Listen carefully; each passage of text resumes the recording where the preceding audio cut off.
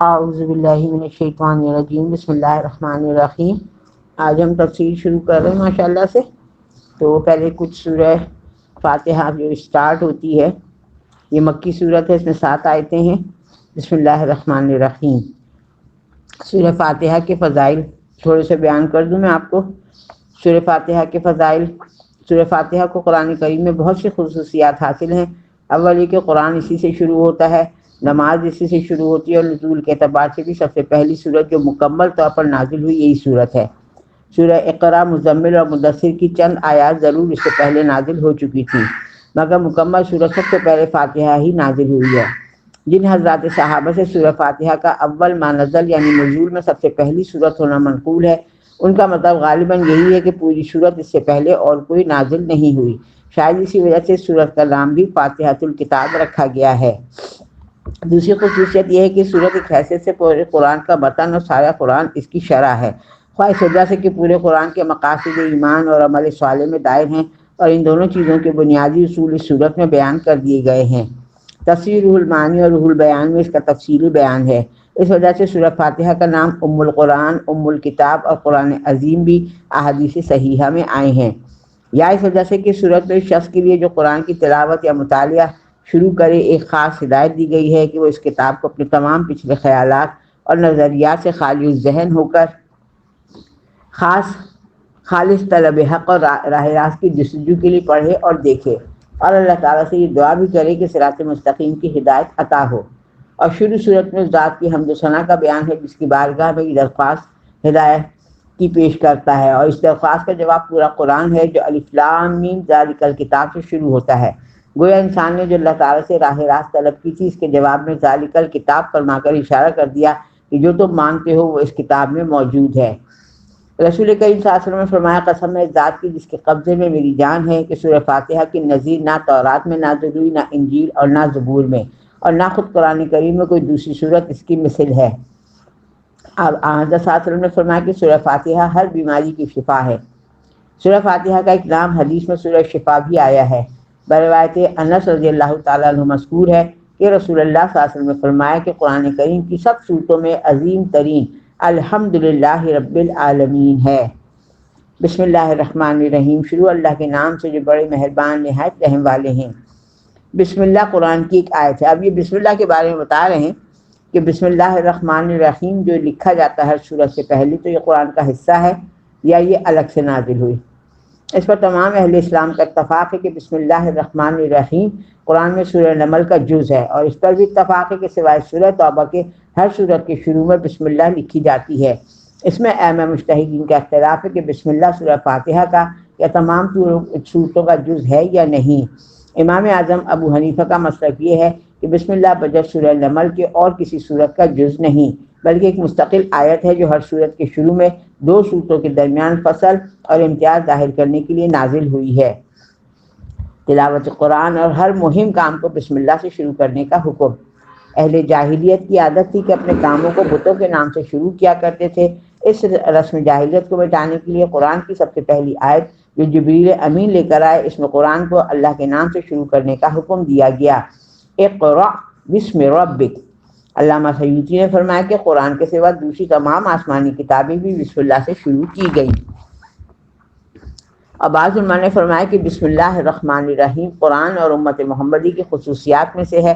دونوں قول کی تطبیق یہ ہے کہ اللہ کے نام سے شروع کرنا تو تمام آسمانی کتابوں میں مشترک ہے، مگر الفاظ بسم اللہ الرحمن الرحیم قرآن کی خصوصیت ہے، جیسا کہ بعض روایات میں ہے کہ آن حضرت صلی اللہ علیہ وسلم بھی ابتدا میں ہر کام کو اللہ کے نام سے شروع کرنے کے لیے بسمک اللہم اور لکھتے اور کہتے تھے۔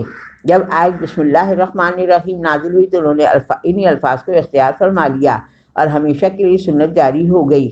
قرآن کریم میں جا بجا اس کی ہدایت ہے کہ ہر کام کو اللہ کے نام سے شروع کیا جائے، اور رسول کریم صلی اللہ علیہ وسلم نے فرمایا کہ ہر مہم کام جو بسم اللہ سے شروع نہ کیا جائے وہ بے برکت رہتا ہے۔ ایک حدیث میں ارشاد فرمایا کہ گھر کا دروازہ بند کرو تو بسم اللہ کہو، چراغ گل کرو تو بسم اللہ کہو، برتن ڈھکو تو بسم اللہ کہو، کھانا کھانے، پانی پینے، وضو کرنے، سواری پر سوار ہونے اور اترنے کے وقت بسم اللہ پڑھنے کی ہدایات قرآن و حدیث میں بار بار آئی ہے۔ اب یہاں چراغ کا حکم ہے ہم اب چراغ نہیں جلاتے ہیں تو آپ جب لائٹ کو کھولیں اور بند کریں تو بسم اللہ کہہ کے۔ ہر کام کو بسم اللہ سے شروع کرنے کی حکمت۔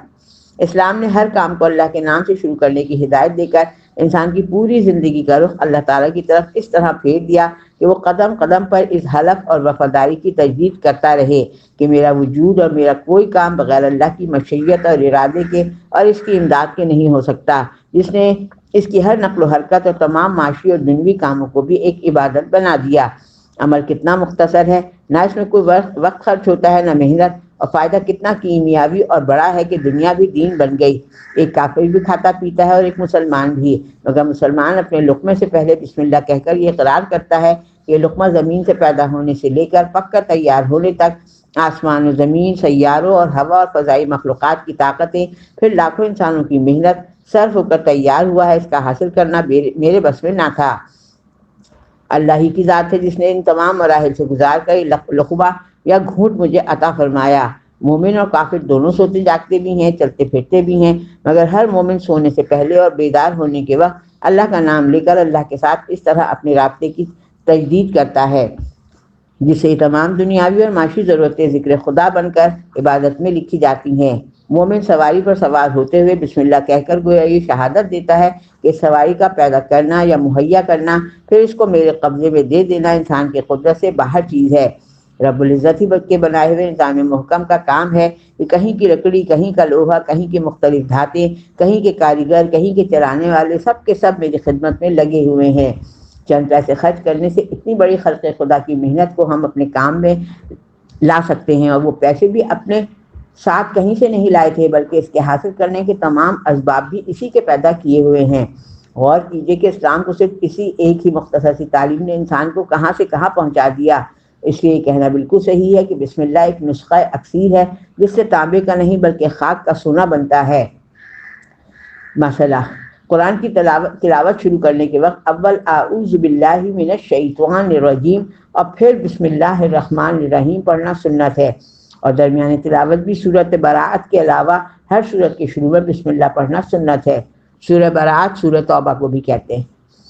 بسم اللہ کی تفسیر: بسم اللہ یہ کلمہ تین لفظوں سے مرکب ہے، ایک حرف با، دوسرے اسم، تیسرے اللہ۔ حرف با عربی زبان میں بہت سے معنی کے لیے استعمال ہوتی ہے جس میں تین معنی مناسب مقام ہے، ان میں سے ہر ایک معنی جگہ لیے جا سکتے ہیں۔ اول مصاحبت یعنی کسی چیز کا کسی چیز سے ملنا یا متصل ہونا، دوسرے استعانت یعنی کسی چیز سے مدد حاصل کرنا، تیسرے تبرک یعنی کسی چیز سے برکت حاصل کرنا۔ لفظ اسم میں لغوی اور علمی تفصیلات بہت سے جن کا جاننا عوام کے لیے ضروری نہیں، اتنا سمجھ لینا کافی ہے کہ اردو میں اس کا ترجمہ نام سے کیا جاتا ہے۔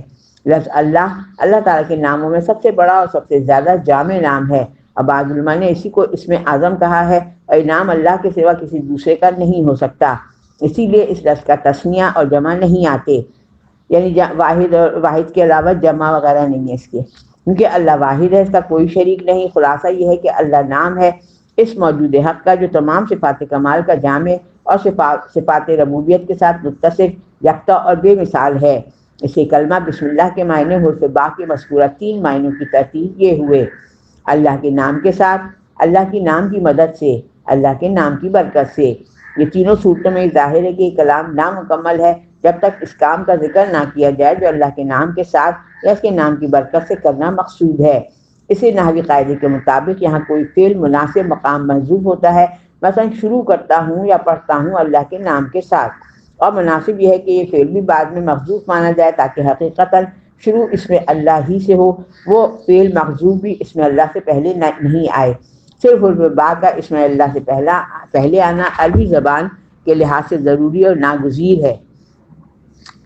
اس میں بھی مصحف عثمانی میں باجماع صحابہ رعایت رکھی گئی ہے کہ حروف با رسم الخط کے قاعدے سے الف کے ساتھ ملا کر لکھنا چاہیے تھا، اور لفظ اسم الگ جس کی صورت ہوتی ہے بسم اللہ، یعنی مصحف عثمانی کے رسم الخط میں حرف حمزہ کو حذف کر کے حرف با کو سین کے ساتھ ملا کر صورتاً اسم کا جز بنا دیا تاکہ شروع اس میں اللہ سے ہو جائے۔ یہی وجہ ہے کہ دوسرے مواقع میں یہ حرف الف حذف نہیں کیا جاتا، جیسے اقرا بسم ربک میں با کو الف کے ساتھ لکھا جاتا ہے۔ یہ صرف بسم اللہ کی خصوصیت ہے کہ حرف با کو سین کے ساتھ ملا دیا گیا ہے۔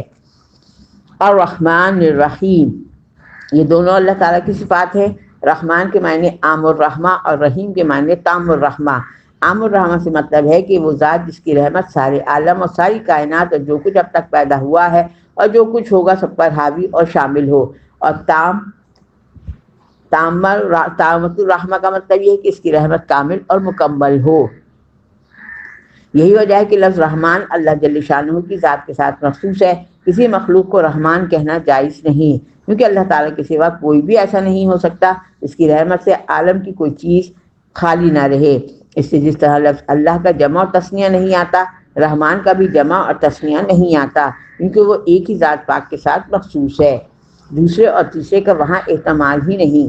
بخلاف لفظ رحیم کے کہ اس کے معنی میں کوئی ایسی چیز نہیں جس کا پایا جانا مخلوق میں ناممکن ہو، کیونکہ یہ ہو سکتا ہے کہ کوئی شخص کسی شخص سے پوری رحمت کا معاملہ کرے۔ اسی لیے لفظ رحیم انسان کے لیے بھی بولا جا سکتا ہے۔ قرآن کریم میں رسول اللہ صلی اللہ علیہ وسلم کے لیے بھی یہ لفظ استعمال فرمایا ہے، بالمؤمنین رؤوف الرحیم۔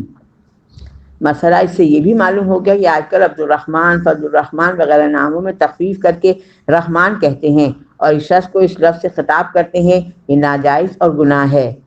حکمت: بسم اللہ میں اللہ تعالیٰ کے اسماء حسنہ اور صفات کمال میں سے صرف 2 صفتیں ذکر کی گئی ہیں، اور وہ دونوں لفظ رحمت سے مشتق ہیں اور وسعت رحمت اور کمال رحمت پر دلالت کرنے والی ہیں۔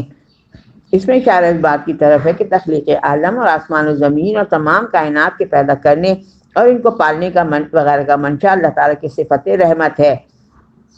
نہ اس کو ان چیزوں کی خود کوئی ضرورت تھی، نہ کوئی دوسرا ان چیزوں کے پیدا کرنے پر مجبور کرنے والا تھا، صرف اسی کی رحمت کے تقاضے سے یہ ساری چیزیں اور ان کی پرورش کے سارے انتظامات وجود میں آئے ہیں۔ احکام اور مسائل: مسئلہ تعوذ یعنی اعوذ باللہ من الشیطان الرجیم۔ تعوذ کے معنی ہے اعوذ باللہ من الشیطان الرجیم پڑھنا۔ قرآن کریم میں ارشاد ہے فَإِذَا قَرَأْتَ الْقُرْآنَ فَاسْتَعِذْ بِاللَّهِ مِنَ الشَّيْطَانِ الرَّجِيمِ، یعنی جب تم قرآن کی تلاوت کرو تو اللہ سے پناہ مانگو شیطان مردود سے۔ قرأت قرآن سے پہلے تعوذ پڑھنا باجماع امت سنت ہے، خواہ تلاوت نماز کے اندر ہو یا خارج نماز میں۔ تعوذ پڑھنا تلاوت کے قرآن کے ساتھ مخصوص ہے، علاوہ تلاوت کے دوسرے کاموں کے شروع میں صرف بسم اللہ پڑھی جائے، تعوذ مسنون نہیں۔ جب قرآن شریف کی تلاوت کی جائے اس وقت اعوذ باللہ اور بسم اللہ دونوں پڑھی جائیں۔ درمیان تلاوت میں جب ایک سورت ختم ہو کر دوسری سورت شروع ہو تو سورہ برات کے علاوہ ہر سورت کے شروع میں مکرر بسم اللہ پڑھی جائے، اعوذ باللہ نہیں۔ اور سورہ برات اگر درمیان تلاوت میں آ جائے اس پر بسم اللہ نہ پڑھے، اور اگر قرآن کی تلاوت سورہ برات ہی سے شروع کر رہا ہے تو اس کے شروع میں اعوذ باللہ اور بسم اللہ پڑھنا چاہیے۔ احکام بسم اللہ: بسم اللہ الرحمن الرحیم قرآن مجید میں سورہ نمل میں آیت کا جز ہے اور ہر 2 سورتوں کے درمیان مستقل آیت ہے، اس لیے اس کا احترام قرآن مجید ہی کی طرح واجب ہے، اس کو بے وضو ہاتھ لگانا جائز نہیں۔ اور جنابت یا حیض و نفاس کی حالت میں اس کو بطور تلاوت پڑھنا بھی پاک ہونے سے پہلے جائز نہیں۔ ہاں کسی کام کے شروع میں جیسے کھانے پینے سے پہلے بطور دعا پڑھنا ہر حال میں جائز ہے۔ مسئلہ: پہلی رکعت کے شروع میں اعوذ باللہ کے بعد بسم اللہ پڑھنا مسنون ہے، البتہ اس میں اختلاف ہے کہ آواز سے پڑھا جائے یا عام آہستہ۔ امام اعظم ابو حنیفہ اور بہت سے دوسرے ائمہ آہستہ پڑھنے کو ترجیح دیتے ہیں۔ پہلی رکعت کے بعد دوسری رکعتوں کے شروع میں بھی بسم اللہ پڑھنا چاہیے، اس کے مسنون ہونے پر سب کا اتفاق ہے، اور بعض روایات میں ہر رکعت کے شروع میں بسم اللہ پڑھنے کو واجب کہا گیا ہے۔ مسئلہ: نماز میں سورہ فاتحہ کے بعد سورہ شروع کرنے سے پہلے بسم اللہ نہیں پڑھنا چاہیے، خواہ جہری نماز ہو یا سری، یعنی کچھ نمازیں آواز سے پڑھی جاتی ہیں جو امام پڑھتے ہیں، اور کچھ بالکل خاموشی سے صرف اللہ اکبر کہہ کے پڑھی جاتی ہیں۔ نبی کریم صلی اللہ علیہ وسلم اور خلفائے راشدین سے ثابت نہیں ہے۔ امام اعظم اور ابو یوسف کا قول لکھا ہے، یہی لکھا ہے۔ اچھا، امام اعظم کا یہ قول ہے کہ بسم اللہ آواز سے نہیں پڑھنی چاہیے، کوئی پڑھ لے تو مکروہ نہیں ہے۔